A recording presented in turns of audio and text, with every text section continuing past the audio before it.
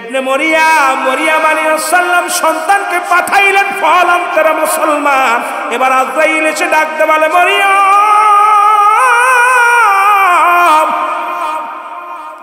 মরিয়াম আলাইহিস সালাম ডাকতে বলে কে রে তুমি কে? ডাকতে বলে মরিয়াম, ডাকতে বলে আপনি কে গো? বলে ওয়ালাইকুম আসসালাম, আপনি কে? বলে মরিয়াম রে আমি হলাম আজরাইল আলাইহিস সালাম। জোরে বলা যাবে না মারহাবা। মরিয়াম বলে আজরাইল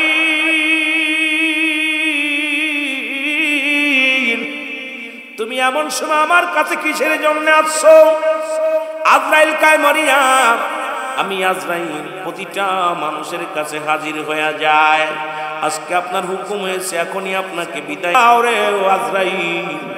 আমার কলিজার টুকরা আসলে আমি তাকে সান্ত্বনা দিয়ে বলবো, কিছু কথা বলে যাব। ওরে আজরাইল ডাকতে বলে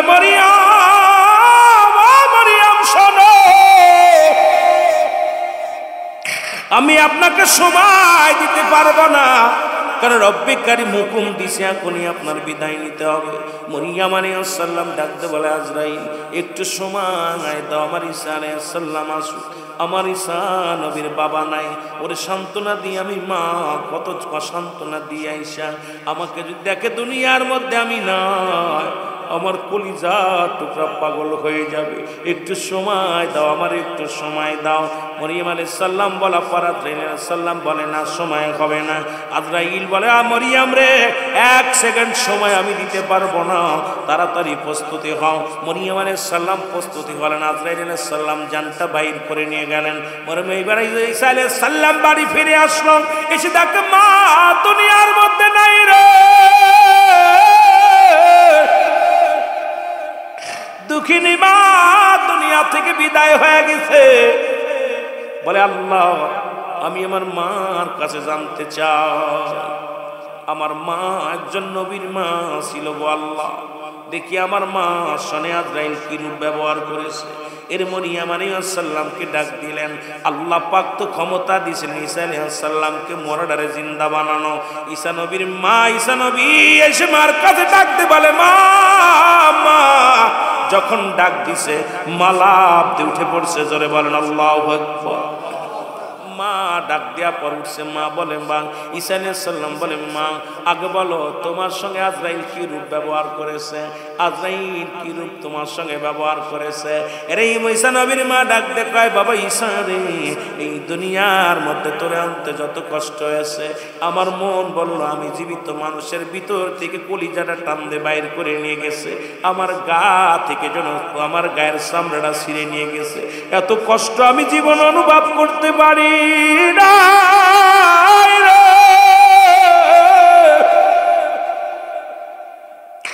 আরে ঈসা নবী ডাকতে বলে রব্বে কারীম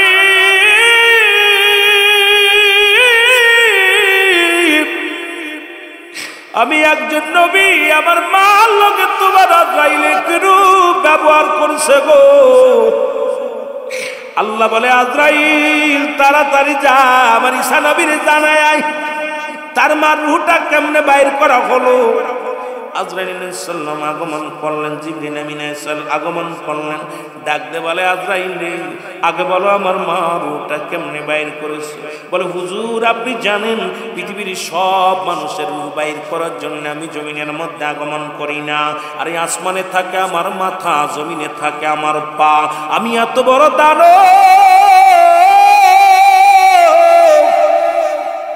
সারা পৃথিবীর পানি যদি আমার মাথায় ঢেলে দেওয়া হয় একটু পানি ঘুরে পড়বে না। ওরে মুসলমান আমি এত বড় দানব, বাবারা শুনে নাও, এই আজরাইল প্রতিটা মানুষের কাছে আসবে, পালানোর পথ নাই। ওরে মুসলমান মরণ রোগের ওষুধ নাই। কত রাজা কত বাদশা যারা এলাকার মধ্যে কত টাকাওয়ালা মানুষ ছিল তারা দুনিয়া থেকে বিদায় হয়ে গেছে। ওই কবর উপরে দিয়ে গরু ছাগলে ঘাস খায়, কুত্তা ছেলে পায়খানা করে, কবর থেকে খেদানোর মতো ক্ষমতা আল্লাহ দেয় নাই। কিসের জন্য এত মস্তানি করো, কিসের জন্য এত বাহাদুরি করো, কিসের জন্য তুমি দুনিয়ার মধ্যে সুদ ঘুষ খাও রে মানুষ। একবার যদি চিন্তা করতা দুনিয়া থেকে বিদায় নিয়ে যেতে হবে, এই দুনিয়ার বাহাদুরি ছেড়ে দিয়া মাওলার পাগল হয়ে যেতে, জোরে বলেন ঠিক কিনা। আজরাইল ডাকতে বলে আল্লাহর নবী ঈসা নবী শোনেন গো, আপনার মায়ের রূহটা আমি বাইর করেছি। মায়ের বুকে দুধ খাইতে খাইতে সন্তান যেমনি ঘুমায়া যায় এমনি আপনার মায়ের রূহটা বাইর করেছি, কোনো কষ্ট দিই নাই, প্রতি আসানের রূহটা বাইর করেছি। ঈসা নবীর মা মরিয়ম আলাইহিস সালাম একটা চিৎকার দিয়ে বলে, এ বাবা ঈসা, এই সহজ মৃত্যু যদি এত কঠিন হয় রে আজরাইল, এই সহজ মৃত্যু যদি আমার এত কষ্ট হয়, যাদের তুমি কষ্ট দিয়া মৃত্যু দাও, কত ভাই কত বন্ধু দুনিয়া থেকে বিদায়ের সময় চোখ দুটি বড় হয়ে যায়, জিহ্বা বাইর হয়ে যায়, পায়খানা প্রস্রাব করে দেয়, কান্না দিয়া রক্ত বাইর হয়ে যায়, এক টঙ্গ পড়ে যায়, তাদের কত কষ্ট হয় রে আল্লাহ। ও আমার আল্লাহ, আমাদের মৃত্যুটা আমাদের সহজ করে দিও। জোরে জোরে চিল্লায় বলেন আল্লাহু আকবার। রে আজি না হয় কাল তুমি যাইবা কবরে, আজি না হয় কাল কবরে, যাবার কালে দেখবে চেয়ে গো তোমার ছবি রইল পড়ে, যাবার কালে দেখবে চেয়ে গো তোমার ছবি। একটু মহব্বতে বলেন, আজি না হয় কাল তুমি, আজি না হয় পরে, যাবার কালে দেখবে চেয়ে গো তোমার ছবি রইল পড়ে, যাবার কালে দেখবে চেয়ে। তোমার দাদাই গেছে বাবাই গেছে কেউ আসলো না ফিরে, বাবাই গেছে দাদাই গেছে কেউ আসলো না ফিরে, তোমার তো যাইতে হবে রে সবাই অন্ধকার কবরে, তোমার তো যাইতে হবে রে। বলো আজি না হয় কাল তুমি, আজি না হয় পরে, যাবার বেলাই দেখবে চেয়ে গো তোমার ছবি রইল, যাবার কালে দেখবে। আসলে অন্তরের ভিতর ভয় নেই। এই যে মানুষ একটু উঠাউঠি করতেছে, ওদের বিন্দু মাত্র যদি কবরের ভয় থাকতো আর মরার ভয় থাকতো, এই জমিন ছেড়ে যাওয়ার মতো ক্ষমতা ছিল। বিন্দু মাত্র কবরের ভয় নেই, মরণের ভয় নেই, কারণ মানুষ এত বড় নিকৃষ্ট, এত বড় নিষ্ঠুর হয়ে গেছে, মানুষের দিলে দয়া মায়া বলতে কিচ্ছু নাই। কারণ মানুষের ভিতরে একটু, আমি আশ্চর্য হয়ে যাই, মরা মানুষের দাড়ি ধরে সেলফি তুলে, দাদার সেলফি তুলতেছে মরা মানুষ। আপনারা দেখছেন ভারতের মধ্যে কবরে, শুধু ভারতের মধ্যে না, টাঙ্গাই আপনারিশের মধ্যে, এই যে বগুড়ার মধ্যে, ওখানে দেখলাম কবর খনন করে ওর মধ্যে ক্যামেরা নিয়ে গেছে, ভিডিও ক্যামেরা ট্যামেরা নিয়ে গেছে কবরে কি হয়, এরপরে উঠে উঠছে, পাগল হয়ে গেছে, পাবনায় ঢুকাইছে। এ ভাই, ভারতে দেখলাম একই অবস্থা, যে কবরে আযাব হয় এটা বিশ্বাস করে না, মানতে পারে না। কবরে যে আযাব হয় যদি বিশ্বাস না হয়, আপনারা আগামীকাল আপনাদের বাবা মার কবরের পাশে গরু বাঁধবেন, গরু বান্ধা পর ভালো খাবার দিবেন, খাবার দিয়ে বাইরে অনাস দাঁড়ায় থাকবেন, আড়ালে দাঁড়ায় থাকবেন, দেখবেন গরুটা ছুটাছুটি করবে, চোখ দিয়ে পানি ছেড়ে দিবে, দর করে চোখের পানি ছেড়ে দিবে, রশি ছিঁড়াছিঁড়ি করবে, খাবে আর টালুমালু তাকাবে। কারণ কবরে আযাব একমাত্র মানুষ এবং দানব বুঝতে পারে না, বাকি সব প্রাণী বুঝতে পারে। আপনার বিশ্বাস যদি না হয়, আগামীকাল পরীক্ষা করবে। আমি আশ্চর্য হয়ে যাই যে কবরের কথা শোনা পর যে মানুষের অন্তর কাঁদে না, এখনো ওরা মোড়া সাড়ে দুই সাইড উঠাউঠি করছে, এদের ভিতরে আজরাইলের ভয় নেই, যে কোনো মুহূর্তে আজরাইল চলে আসতে পারে। মানুষ কেন যেন কেমন নিকৃষ্ট হয়ে গেছে একটা মানুষ।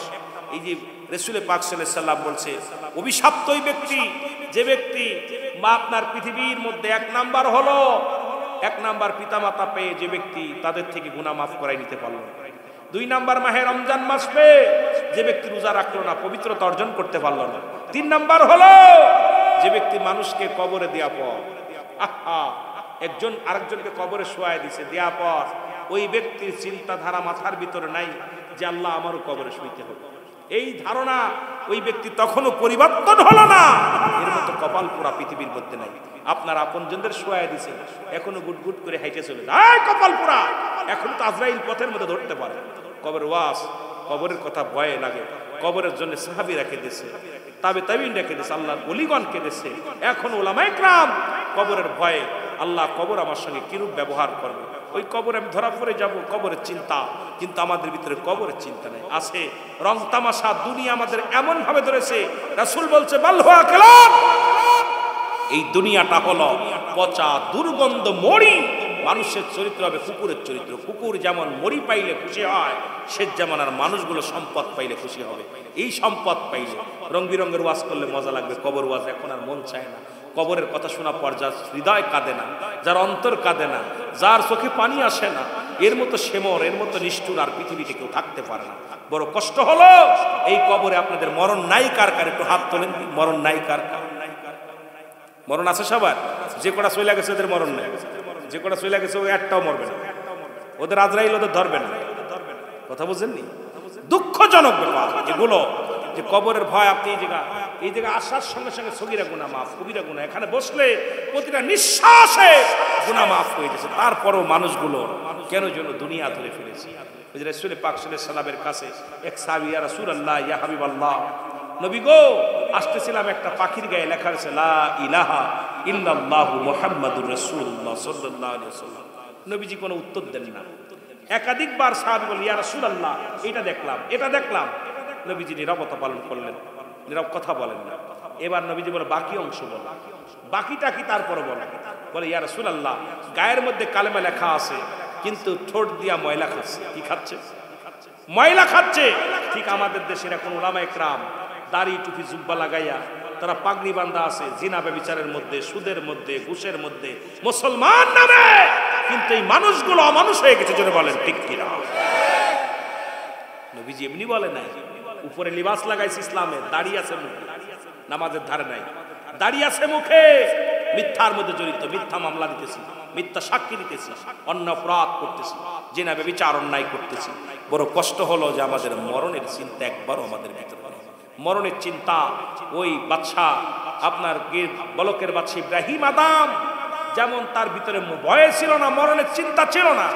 ইব্রাহিম আদম উনি যখন বলকের বাদশা ছিল, তখন হাজার অন্যায় ছিল, মানুষের সুদ খাইতো, মানুষের কাছ থেকে টাকা আপনার করতো, তাদের কাছ থেকে প্রজাদেরকে কষ্ট দিত, প্রজাদের কাছ থেকে খুব চক্রবৃদ্ধি সুদ নিত, কষ্ট দিত। স্বামী আল্লাহ তাকে একটা সতী সাথী নারী দিয়েছিল। তখন মানুষের কাছে অনেকবার দোয়া চেয়েছিল, আমার স্বামীর জন্য দোয়া করেন, আমার স্বামী যেন ফিরে আসে। কিন্তু ইব্রাহিম আদম কখনো মরণের চিন্তা করে নাই, ফিরে আসে নাই।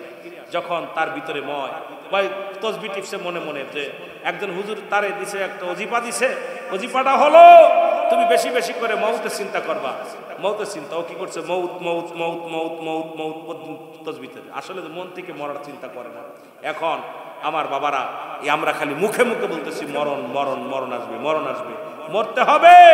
এই মরার চিন্তা যার ভিতর থাকে, সে সুদ ঘুষ ব্যভিচার অন্যায় জুলুম সে করতে পারে না, জোরে বলেন ঠিক কিনা? আমার ভাইয়েরা, আমার বন্ধুরা, আমার এই মরণের মধ্যে নয়, কবর হলো না 2 নাম্বার বিপদ হলো মানুষের কবর, ঠিক কিনা? 2 নাম্বার বিপদ হলো কবর। কবরের মধ্যে শুয়াইলে মুসলমান শুনে নাও, সর্বপ্রথম একজন ফেরেশতা আসবে, তার নাম হলো নোমান ফেরেশতা। নাম কি? জোরে বলেন নাম কি? সবাই যারা আসে কি মুনকার নেকির আসবে, মুনকার নেকির ফেরেশতার আগে আসবে নোমান ফেরেশতা। উনি আপনাকে ডাক দিয়ে উঠাইবে, উঠানোর পর মুসলমান শুনে না, এবার ডাক দিয়ে উঠায় বলবে, ভাই উঠো। উঠায় বলবে, বান্দারে, উঠায় বলবে, বান্দা, রব্বুল আলামিন তোমার রূহটা দিয়েছিলেন, আজরাইল আলাইহিস সালাম তোমার রূহটা বাইর করেছে। কেরামন কাতিবিন 2 জন ফেরেশতা নিয়োজিত ছিল। তোমার 80 বছর 50 বছরের জিন্দেগি, এগুলো তুমি যা করেছো, তোমার আমলগুলো লিপিবদ্ধ আছে, এগুলো নিয়ে আমি তোমার কবরে হাজির হয়ে গেছি। এই নাও 2টি কাগজ থাকবে, নোমান ফেরেশতার হাতে 2খানা পত্র থাকবে। এই কাগজটা নিয়ে উঠায় বলবে, বান্দা এই নাও। এবার হাতের মধ্যে দিয়ে পর, কবর হলো 2 নাম্বার বিপদ। বাবা শুনে নেন মুসলমান, এবার কাগজখানা বান্দার হাতে দিবে গো, দিয়া বলবে, বান্দা এই নাও, তুমি এই নাও। কাগজটা হাতের মধ্যে নিয়ে দেখবে 40 বছর কত রাকাত নামাজ পড়েছি, কত তো মুসলমান, কত জায়গায় কোরআন তেলাওয়াত করেছি, কোথায় দান সদকা করেছি, কোথায় ভালো কর্ম করেছি। বান্দা দেখে বড় খুশি হয়ে যাবে। বান্দারে বল, বান্দা তুমি লিখে দাও, কবরের ভিতরে যার যার আমল নামার তাত্তারে লেখা লাগবে। ওদিন বলা যাবে না আমি টিপসই দিব, আমি লেখাপড়া জানি না, কোনো টিপসই চলবে না। কবরের ভিতরে যার যার আমল নামার তাত্তারে লিখে দেওয়া লাগবে। জোরে বলেন মারহাবা। কোনদিন বলা যাবে না আমি অশিক্ষিত, আমি সই জানি না, বলা যাবে না, বলা সম্ভব হবে না। নোমান ফেরেশতা ডাকতে বলবে বান্দা লিখে দাও। এবার বান্দা বলবে আমি লিখবো কেমনে, আমার কাছে তো কোনো কলম নাই। বলে বান্দারে কলম হলো তোমার ডান হাতের শাহাদাত আঙ্গুল মুবারক। জোরে জোরে চিল্লায় বলেন মারহাবা। এই ডান হাতের শাহাদাত আঙ্গুল মুবারক হবে কলম। এই কলম দিয়ে আপনার লেখা লাগবে দুনিয়ার মুসলমান।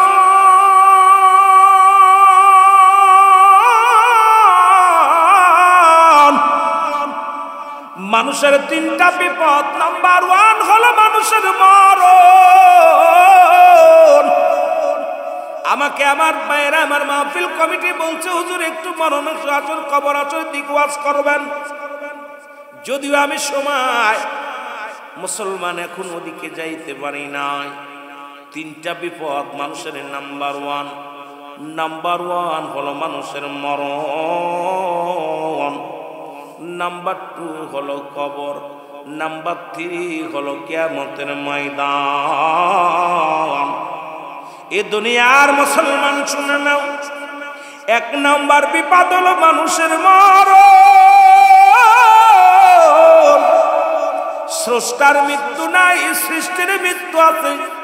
পৃথিবীর মধ্যে যত মাখলুকাত দুনিয়ার মধ্যে আগমন করেছেন সবারই মৃত্যুর পেয়ালা পান করা লাগবে রে যুবক। ও আমার বাবারা, আমার এই পৃথিবীর মধ্যে আসার একটা সিরিয়াল আছে, যার কোনো সিরিয়াল নেই।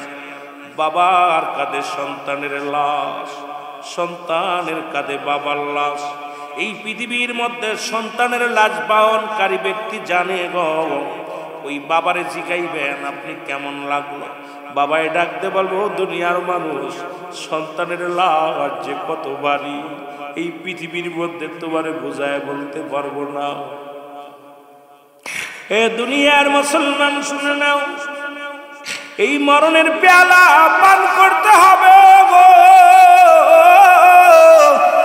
আল্লামা মুফতি আমজাদ আলী সাহেব একটা কিতাব লেখেন, কিতাবের নাম্বার শরিয়াত। এই কিতাবের মধ্যে লিখতে যা বললেন, দুনিয়ার মানুষ শোনো, মানুষ যখন ইন্তেকাল করে সাধারণ মৃত্যুবরণ করে। ইমানদার যখন মৃত্যুবরণ করে, ইমানদারের মৃত্যুটা হয় মুসলমান আটা গোলাইয়া খামির বানাইয়া, ওই খামিরের মধ্যে যদি একটা চুল পড়ে, ওই চুলটা টান দিয়ে বাইর করলে যেমন অনাসে বাইর হয়ে যায়, ইমানদারের মৃত্যুটা ঠিক সেমনি হয়। আর বেঈমানদের মৃত্যুটা কত কঠিন হয় রে মুসলমান। ও আমার বাবারা, আমার শুনে নাও, এরে আল্লামা মুফতি আমজাদ আলী সাহেব তার কিতাবের মধ্যে লেখলো দুনিয়ার মানুষ শোনো। কিতাবের নাম বাহারের শরিয়াত। এই কিতাবের মধ্যে লিখলেন মানুষ যখন মারা যায় 70টা তাজা উটের গায়ের চামড়া জবাই না করিয়া উল্টো দিকে টান দিয়া লবণ আর মরিচ লাগাইয়া দিলে যতটুক যন্ত্রণা হয় এর চাইতে 70 গুণ যন্ত্রণা হলো একটা সাধারণ মৃত্যু। এখন আমরা মরণকালে যারা পায়খানা করে দিই, মরণের সময় যারা মুসলমান যারা প্রস্রাব করে দেয়, কত মানুষের দাফন করাইলাম, কত মানুষের কাফন পরাইলাম রে। ওই মরণের সময় তাদের চোখ দুটি বড় বড় হয়ে যায়, মরণের সময় যাদের জিহ্বাটা বড় হয়ে যায়। কত মানুষ মরণের সময় জিহ্বা বাইর হয়ে যায়, কত মানুষের চোখ দুটি বড় বড় হয়ে যায়, এক টঙ্গ পড়ে যায়, পায়খানা প্রস্রাব করে দেয়। তাদের মৃত্যুটা কত কঠিন হয় আল্লাহ। এই মৃত্যুর পেয়ালা পান করতে হবে, এর মধ্যে কোনো সন্দেহ নাই। ফিরাউন নমরুদ কারণ যারা খোদাই দাবি করেছিল তারাও তো দুনিয়া থেকে চলে গেছে, আমি আপনিও চলে যেতে হবে, থাকার জায়গা না। জোরে জোরে চিল্লায় বলেন যে ঠিক কিনা। এই পৃথিবী চিরদিনই থাকার জায়গা নয়, অন্ধকার কবর যে তোমার আসল ঠিকানা রে মানুষ, অন্ধকার কবর যে তোমার, আরো জোরে বলেন অন্ধকার কবর যে তোমার। এই আমি চলে যাব, আমায় তোমরা ভুইলা যাইও না, আমি চলে যাব না, আমার মরণ আসিবে। কার জন্য তুমি অন্যায় করো গো মন? কার জন্য দুনিয়ার সম্পদ লুণ্ঠন করলা? যাদের জন্য এত অন্যায় করলা, একবার চক্ষুটা বন্ধ করে দেখো, কেউ তোমার না। অফিসে বইয়া সুদ খাও, বাড়িতে বইয়া ঘুষ খাও। ও যুবক বন্ধুরা, সন্তান বিবির জ্বরে বিবির সুখী রাখ ভাবিলে কত অন্যায় করলাম, ছেলে মেয়েদেরকে সুখে রাখ ভাবিলে কত অন্যায় পথে পা বাড়াইলাম। এই দুনিয়ার কেউ তোমার নয়। আল্লাহ কয় কুল্লু মান আলাইহা ফান, আল্লাহ কয় বান্দা এই জমিনের মধ্যে যা কিছু আছে সব আমি চূর্ণ বিচ্ছিন্ন করে দিব।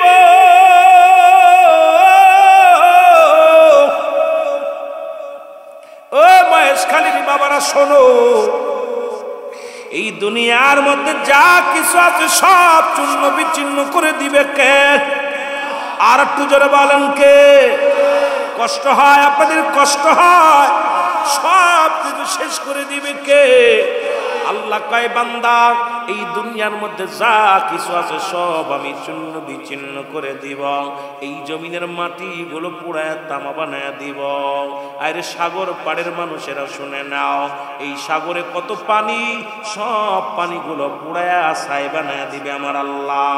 আল্লাহ কয় বান্দা, এ বান্দা শুই না ল, পৃথিবীর মধ্যে 2/3 ভাগ পানি, 1 ভাগ মাটি, এই মাটিগুলো পুড়ে হয়ে যাবে তামা। কত মানুষের সম্পদ ফাঁকি দিলাম, পরের জমি ফাঁকি দিয়া লেখা নিলাম, কত বোনের সম্পদ লেখা নিলাম, ভাইয়ের সম্পদ ফাঁকি দিলাম। ও মুসলমান, একবার চিন্তা করো, 3.5 হাত একটা কবর জায়গা পাবা। এই জায়গাটা যদি তুমি প্রস্তুতি না করো রে মুসলমান, তোমার জিন্দেগিটা হয়ে যাবে বরবাদ। জোরে বলেন ঠিক কিনা? আল্লাহ কয় বান্দা এই জমিটা আমি চূর্ণ বিচ্ছিন্ন করে দিব। এই জমিনের মাটিগুলো পুরো আমি তামা বানিয়ে দিব গো। এই জমিনের মধ্যে যত পানি আছে সব পানি পুড়ে ছাই হয়ে যাবে। যেদিন কিচ্ছু বলতে কিচ্ছু থাকবে না, সেদিন থাকবে শুধু আমার আল্লাহ। আল্লাহ কয় বান্দারে সেদিন থাকবো আমি শুধু আমার নবীর ভালোবাসা নিয়া। আল্লাহ কয় বান্দা সব কিছু চূর্ণ বিচ্ছিন্ন করে দিয়েছে, জমিনটা আমি রাখবো না, আসমান জমিনের ভিতরে যা কিছু আছে সব আমি চূর্ণ বিচ্ছিন্ন করে দিয়েছি। কিচ্ছু বলতে কিচ্ছু থাকবে না, থাকবে শুধু আমার আল্লাহ। কে থাকবে? আরো জোরে বলেন কে? আল্লাহ কয় বান্দা সেদিন কিচ্ছু বলতে কিচ্ছু যেদিন থাকবে না, সেদিন থাকবো শুধু আমি, আর আমি থাকবো আমার নবীর ভালোবাসা নিয়ে। এই জন্য আমি বলি, নবী বলেন হায়াতি খায়রুল লাকুম, নবী কয় হায়াতের জিন্দেগিটা আমার উম্মতের জন্য কল্যাণ স্বরূপ। কারণ আমার দেশের অনেক ভাইয়েরা আছেন, কয় নবীও মানুষ আমরাও মানুষ, নবীরা গুনাহ থেকে মুক্ত, আমরা গুনায় যুক্ত, নবীরা হলো মাসুমের মাসুম, আমরা হলাম গুনাহ মার্কা মানুষ। এ ভাইরা আমার, বন্ধুরা আমার, আল্লাহ নবী বলছেন উম্মতিরা গো, আমি নবী দুনিয়ার মধ্যে আগমন করলাম আমার উম্মতের জন্য কল্যাণ স্বরূপ। শরীয়তে তাকাইবেন আমার নবী, তরিকাতে তাকাইবেন আমার নবী, হাকিকতে তাকাইবেন আমার নবী, কবরে আপনার নবী, মিজানে আপনার নবী, ফুলসিরাতে আপনার নবী। নবী বিনে কোনো বান্ধব নাই, কোনো গতি নাই। এ ভাইরা আমার, বন্ধুরা আমার, নবী বলে উম্মতিরা গো, আমি নবী উম্মতের সঙ্গে কথাবার্তা বলতে পেরেছি, উম্মতের সঙ্গে চলাফেরা করেছি, এই জন্য আমার উম্মতের জীবন ধন্য। জোরে বলেন মারহাবা। একদল মানুষ কয় নবী আমগার মতো মানুষ।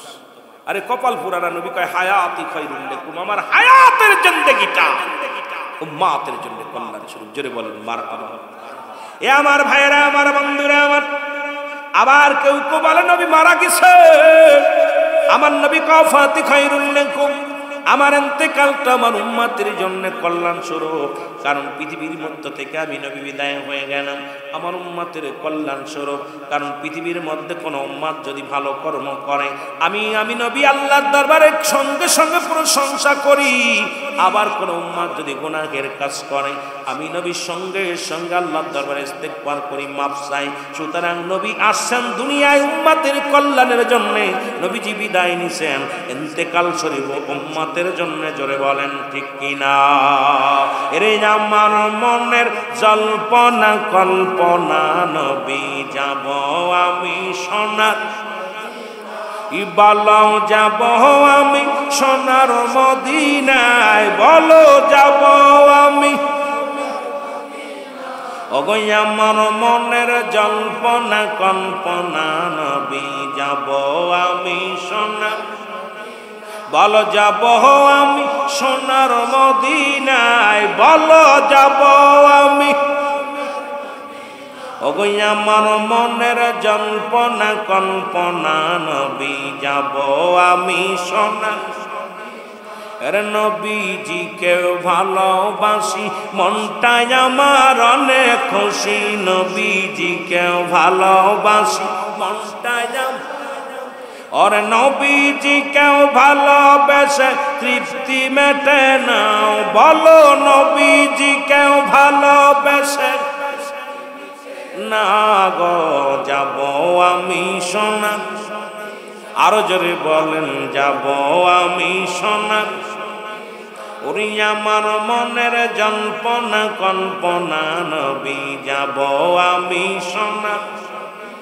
ওরে যাব আমি সোনার মদিনা, বলো যাব আমি।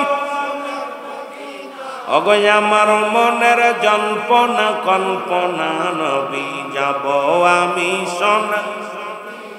এর নবীর প্রেমে এত জাদু ডাকিলে মনে হয় মধু, নবীর প্রেমে এত জাদু ডাকিলে মনে হয় মধু।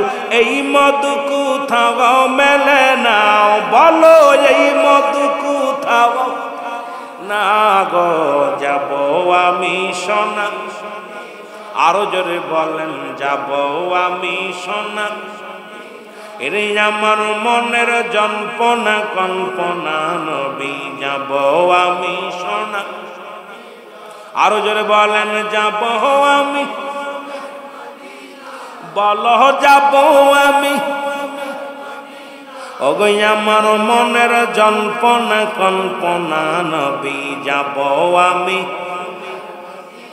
এই মহেশখালী থানার যত গুনাহ মাফ করে দাও মাবুদ মওলা, আমাদেরই যত গুনাহ মাফ করে দাও মাবুদ মওলা। মাফ করে দাও নবীর উসিলায়, বলো মাফ করে দাও নবীর উসিলায় গো যাব আমি সোনার, ই বলো যাব আমি সোনার মদিনায়, বলো যাব আমি। ওগো আমার মনের জল্পনা কল্পনা নবী যাব আমি সোনা। ওরে যাব আমি সোনার মদিনায়, বলো যাব। আমার মনের জল্পনা কল্পনা নবী যাব। ওমা আরসালনাকা ইল্লা রাহমাতাল লিল আলামিন।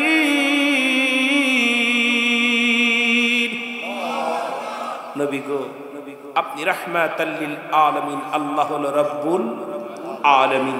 জোরে বলেন মারহাবা। এই দুনিয়ার মুসলমান গভীর মনোযোগ, যে কথা বলতেছিলাম আল্লাহ বলে বান্দারে যেদিন কিচ্ছু থাকবে না সেদিন থাকবো আমি। ও মুসলমান শোনো, নবীর ভালোবাসা ফিরিয়ে দিতে চাও তুমি, আর তুই যদি পারো আমার নবীরে ফিরিয়ে দাও। আরে আমার নবী বিনে আমি উমর পাগল। যখন আমি এই রাজ দরবারে আসতাম আমার রাসূলুল্লাহ চেহারা মুবারক দেখে আমি সব দুঃখ ভুলে যেতাম, নবীর চেহারা দেখিয়া দুনিয়ার সব কষ্ট ভুলে যেতাম রে ভাই আবু বকর। আজ 2টা দিন পার হয়ে গেল, এই রাত সবাই যখন আসি সবাইকে দেখতে পাই, মায়ার নবীরে দেখতে পাই না। ভাই আবু বকর, যেমনি তুমি আমার সিংহাসন ফেরত দিতে চাও তদ্রূপ আমার নবীর ফিরা দাও। আমি রাজ সিংহাসনের জন্য কান্দি না, ক্ষমতার জন্য কান্দি না, আমি নবীকে এত ভালোবাসি। আমার নবীরে, আমার নবী বিনে আমি উমর বড় পাগল হয়ে যাই। আমার নবী ওই দিকে যখন তাকাই আমি তাকায়া আমার রাসূলুল্লাহর প্রেম দেখতে পাই, ভালোবাসা দেখতে পাই। এই জন্য আমি চোখের পানি ধরে রাখতে পারি না। জোরে জোরে চিল্লায় বলা যাবে না মারহাবা।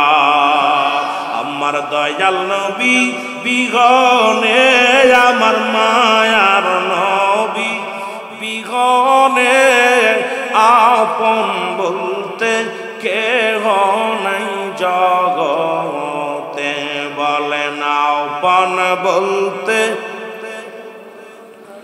আরো জোরে বলেন আমার দয়াল নবী বিগনে, আমার মায়ার নবী। মনেটা দূরে বন্ধ করে দেন, খালি মাইক চালান। আপন বলতে কেহ নাই জগতে, আমার আপন বলতে, সাউন্ডটা খালি বাড়া রাখেন, এই দূরে দরকার। এরে বেবে দেখি আমি সবই মিশে, বেবে দেখি আমি অগমিছে মায়ার সংসার রে, আপন বলতে কেহ নাই জগতে, আমার দয়াল নবী বিগনে, আমার মায়ার নবী। আপন বলতে কেহ নাই জগতে, বলেন আপন বলতে, ও নবী ও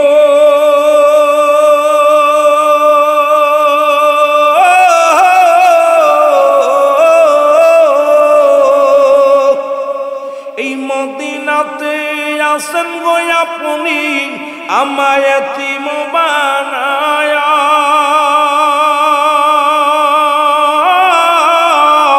এই মহেশখালীতে কান্দি গো আশেক আপনার প্রেমে পইরা, আমার দয়াল নবী বিহনে, আমার মায়ার নবী।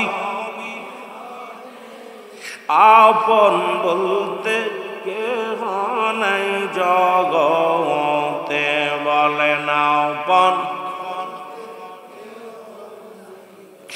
এ দুনিয়ার মুসলমান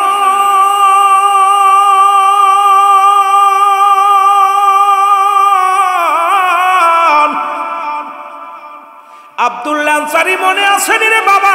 জোরে জোরে চিল্লা বলা যাবেন আল্লাহু আকবার। আব্দুল্লাহ আনসারী ডাকতে বলে, বিবি ও বিবি শোনো গো,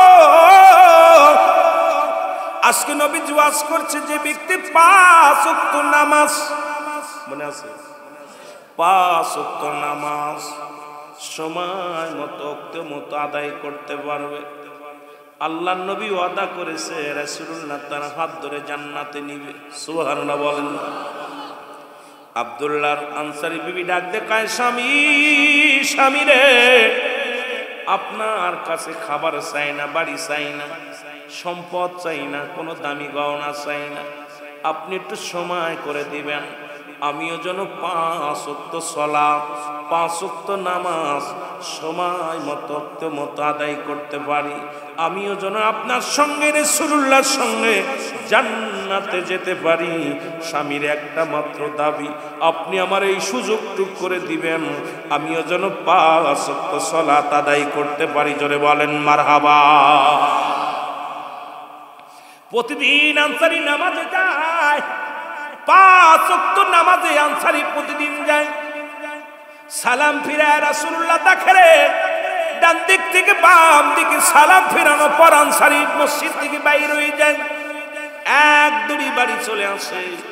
রাসূলুল্লাহ সাহাবীদেরকে বললেন, সাহাবীরা আমি কদিন লক্ষ্য করি আনসারী নামাজে আসে সময় মতো, একদম কাটায় কাটায় যখন আমি দাঁড়ায় যাব তখন নামাজে আসে, আবার সালাম শেষ করার পর আনসারী মসজিদ থেকে বাইর হয়ে দৌড়ায় বাড়ির দিকে যায়। খবর নাও আমার আনসারী কি হয়েছে, আমার আনসারী কেন এটা করে, কেন আজ কয়দিন আমি আলোচনায় বসেন আমার আনসারী। নবীজি বলা পরে সাহাবীরা বলেন, ইয়া রাসূলুল্লাহ, ইয়া হাবিবাল্লাহ, নিশ্চিত আনসারী দুনিয়ার কোনো প্রেমে পড়ছে, দুনিয়ার কোনো ঝামেলার মধ্যে আছে, এই জন্যে আপনার আনসারী নামাজ শেষ করে চলে যায়। আমার নবী বলে, আমার সাহাবীরা রে, আমি নবী নিজে যাব খবর নিব আমার আনসারী কেন নামাজ শেষ করে দৌড়ায়া মসজিদ থেকে বাইর হয়ে যায়, আমি নবী নিজেই খবর নিব। জোরে জোরে বলেন আল্লাহু আকবার। রাসূলুল্লাহ বললেন, আমি নিজেই খবর নিব। এবার রাসূলুল্লাহ চলে গেলেন আনসারীর বাড়িতে, সালাম দা, আসসালামু আলাইকুম ইয়া আলাল বাইত।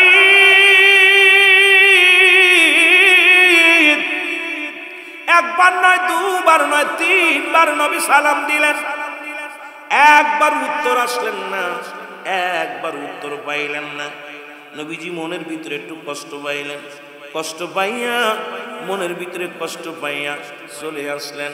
পিছন থেকে আনসারী সালামের উত্তর দেওয়া, আলাইকুম আসসালাম ইয়া রাসূলুল্লাহ, ওয়ালাইকুম আসসালাম ইয়া হাবিবাল্লাহ, ওয়ালাইকুম আসসালাম ইয়া রাহমাতাল লিল আলামিন।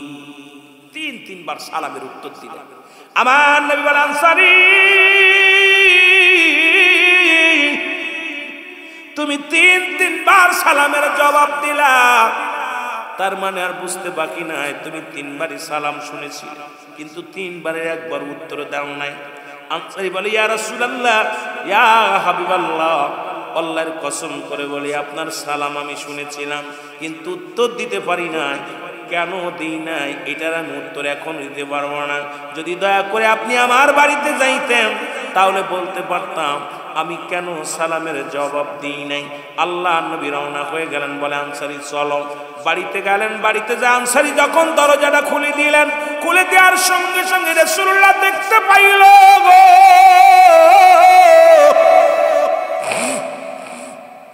আল্লাহ নবী রাহমাতুল লিল আলামিন দেখতে পাইলেন ঘরের ভিতরে বিশাল একটা গর্ত খোঁড়া। নবীজি বলেন, আনসারী রে, ঘরের ভিতরে এত বড় গর্ত কেন খোঁড়া? আনসারী বলে, ইয়া রাসূলুল্লাহ, ইয়া হাবিবাল্লাহ, যখন আপনি আমাকে সালাম দিয়েছিলেন ইয়া রাসূলুল্লাহ, ইয়া হাবিবাল্লাহ, তখন আমি উলঙ্গ অবস্থায় গর্তের মধ্যে বসে ছিলাম। নবী বলে, আনসারী রে তুমি কি শোনাইতে চাও? বলি, ইয়া রাসূলুল্লাহ, ইয়া হাবিবাল্লাহ, আমাদের স্বামী স্ত্রী মিলে মাত্র একখানা কাপড়। নবী গো, যখন আজান পড়ে যায় মসজিদে, তখন ওই আমার বিবি উলঙ্গ গর্তের মধ্যে বসে থাকে, আমি কাপড়টা পরিধান করে নামাজে চলে যাই, আবার যখন নামাজ শেষ করে বাড়িতে দৌড়ে আসি, আমি গর্তের মধ্যে ঢুকে যাই, আমি কাপড়খানা খুলে দিয়া নবী গো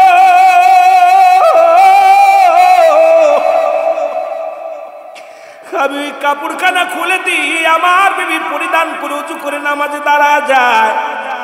ইয়া রাসূলুল্লাহ, ইয়া হাবিবাল্লাহ, আপনি যখন আমার সালাম দিয়েছিলেন, যখন আমার ঘরে আপনি আগমন করেছিলেন, আল্লাহর কসম করে বলি নবী গো, তখন আমি উলঙ্গ অবস্থায় গর্তের মধ্যে বসেছিলাম, এই কারণে আপনার সালামের জবাব দিতে পারি নাই।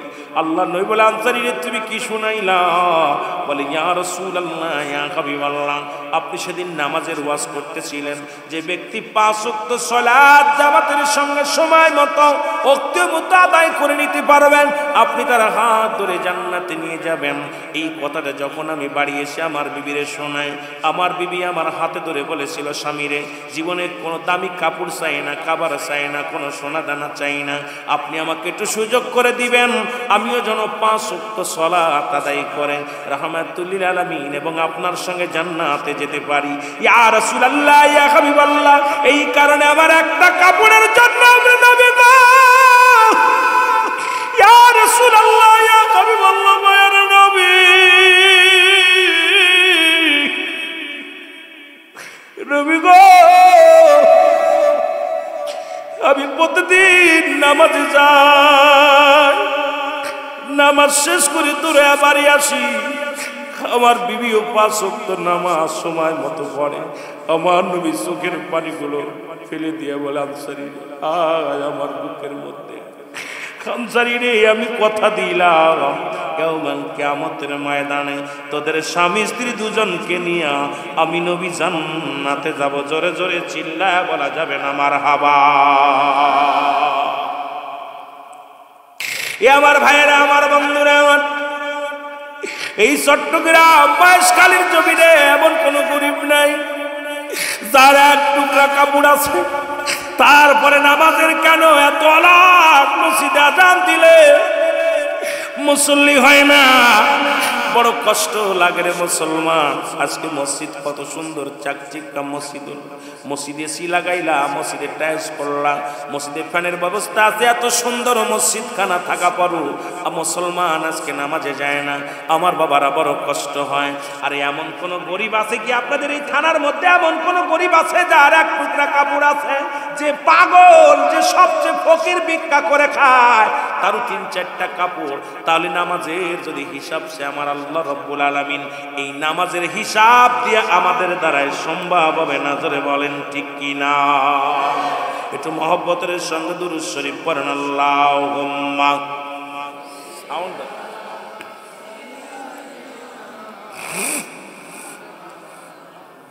ওয়ালা ইয়ালি সাইয়্যিদিনা। আরো জোরে বলেন আল্লাহুম্মা সাল্লি আলা